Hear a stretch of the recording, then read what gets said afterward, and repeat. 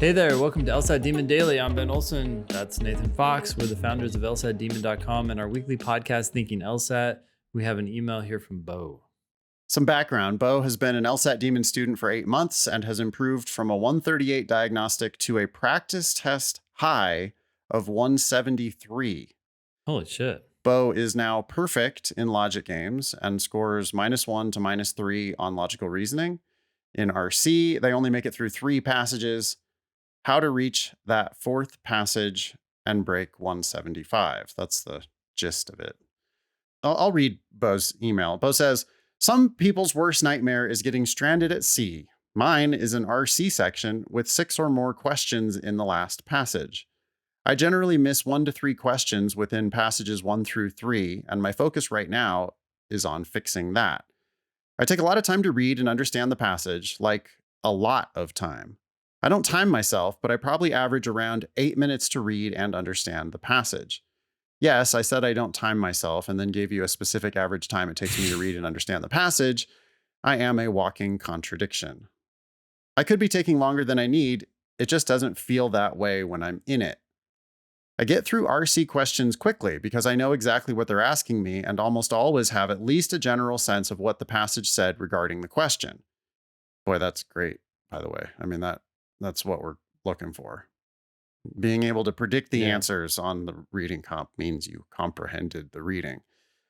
I do think that sometimes I move through some questions a little too quickly, hence the -1 to -3 on attempted questions. I'm not 100% sure, but I think making it into passage 4 might be out of the cards for me.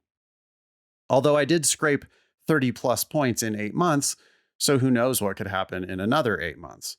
Any advice on what would be a good strategy for me in my pursuit of 175 plus?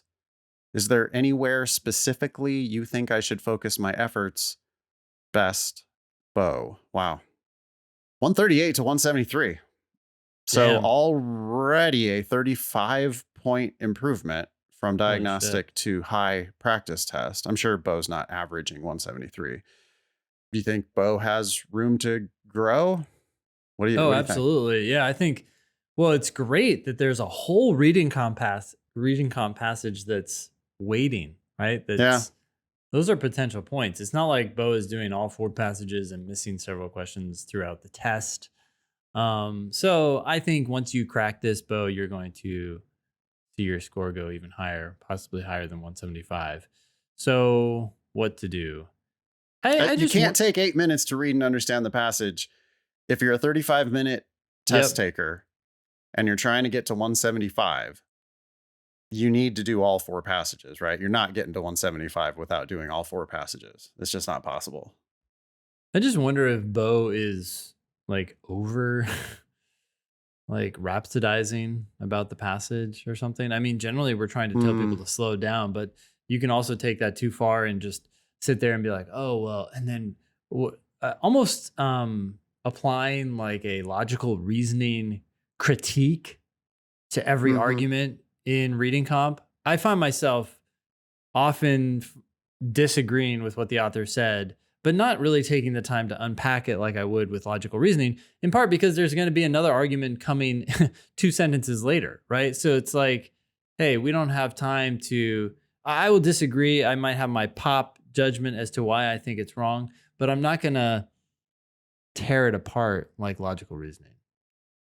Yeah, you don't need to be able to rehash all 13 or 14 sentences of the whole passage, right? When I take the metaphor that I like to use is like, well, you're going to read this document and then I'm going to ask you questions about it, but I'm going to snatch the document away from you for some of the questions. Like, what's the main point? What's the author's attitude? What's the primary purpose here? Like, what do they want? Essentially, those are all the same question, by the way. I don't think there's any point making a difference between main point, primary purpose, author's attitude, whatever. Those, it's all just like, well, did you get it? Did you get the overall gist of it? And you don't need the document to answer those questions. I'll give the document back to you when I ask you some of the detailed questions, because you might have to go back and look and find like, oh yeah, they definitely had evidence here for that. That's why this is the answer. But for half of the questions, you should be answering them just kind of based on overall gist of it. Yeah. So yeah, I think it sounds like Beau is doing something too heavy-handed in his reading. Hmm. But it is hard to teach it, right? Because when we teach reading comp in classes, I mean, I always start by reading the whole passage to the class. Hmm. But as I read it, I'm talking my way through it and I'm explaining my way through it. And it'll take me 12 minutes to read the passage and talk about it at the same time. Yeah. But explaining what you're thinking and then thinking it in a flash are two different things. And I have to remind people of that. Right. The Like, explaining it is what takes the time. The talking yeah. about it is what takes the time. But I'm just trying to show people like a snapshot of the kinds of ideas that are flashing through my head as I'm reading it. I don't take Hmm. time to like have that whole debate in my head or Hmm. really reason it through all that way, but it's more like, okay, I see what you said. It does make me think about this. Okay, what's next? All right, I see Hmm. what you said there. Makes me think about that. All right, what's next? Hmm. It also does, if you are like, I really don't want people to try to read fast, right? Don't Hmm. take a speed reading class. Don't do any of that bullshit.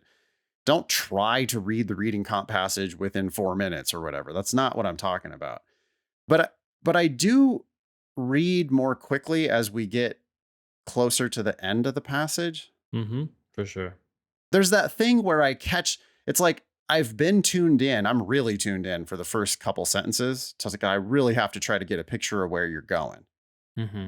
But once I get a picture of where you're going, halfway through the passage, 2/3 of the way through the passage, I find myself just kind of going, yeah, I know. It feels like you already said that. Hmm.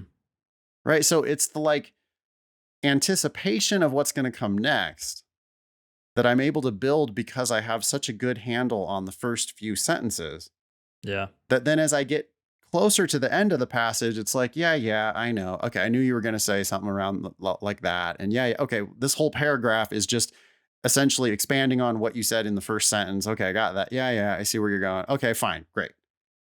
Main point of the passage was XYZ. Let me go attack the questions. And if you take 8 minutes, you don't have time to do all four passages because 8 times 4 is 32. So you'd have 3 minutes remaining to do all the questions in the passage. And that's just for reading. Yeah.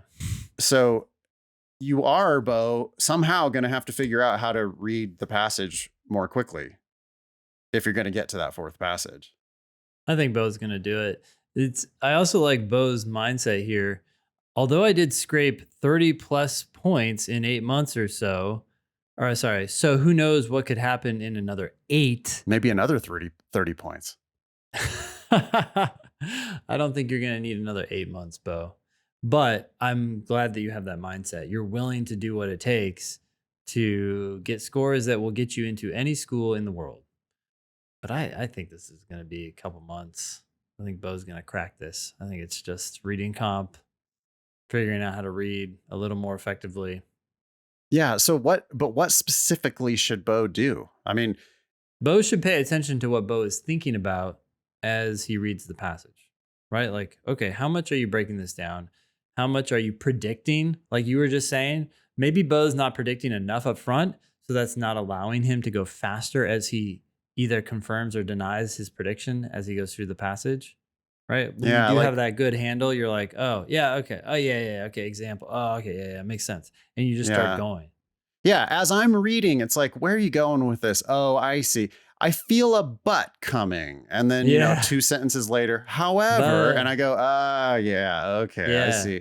Okay, so why don't you think this is true? And they get into their case a little bit and I go, yeah, okay, I get it. Oh, I see what you're going to say next. And then, yeah, I'm predicting not just like the answers to the questions, which when I get to the questions, I am going to try to predict those answers so that I can quickly dismiss wrong answer choices. I mean, that's the place to really go fast on reading comp. You know the answer, you're disrespecting wrong answer choices, and that's where you get to really go fast. But during the passage itself, if we're building an understanding, if we're getting closer and closer to, yeah, okay, I get the gist of it, I see where you're going with this, then we should be able to read the last paragraph or two faster than we're reading the beginning of the paragraph. So I wonder if Beau is going there. Um, Yeah. Not to say that we want you to read slowly and then read fast. That's dumb. we're not focusing on the time. That said, the irony here is that Beau might actually need to slow down at the beginning of the passage. Yeah. Yeah, that could be the problem here. I don't know. And really, Beau, you just have to right. Why is it taking 8 minutes to comprehend the passage? Yeah. That's the question. Because, yeah, I mean, are you reading like, yeah, right. Like, are you reading too quickly, not getting it, and then having to reread? Or just read more carefully at the end because you're still putting pieces together? Right. Are you reading the sentences in a disconnected fashion so that you're not able to predict where the passage is going to go? So you never get that like freedom to speed up?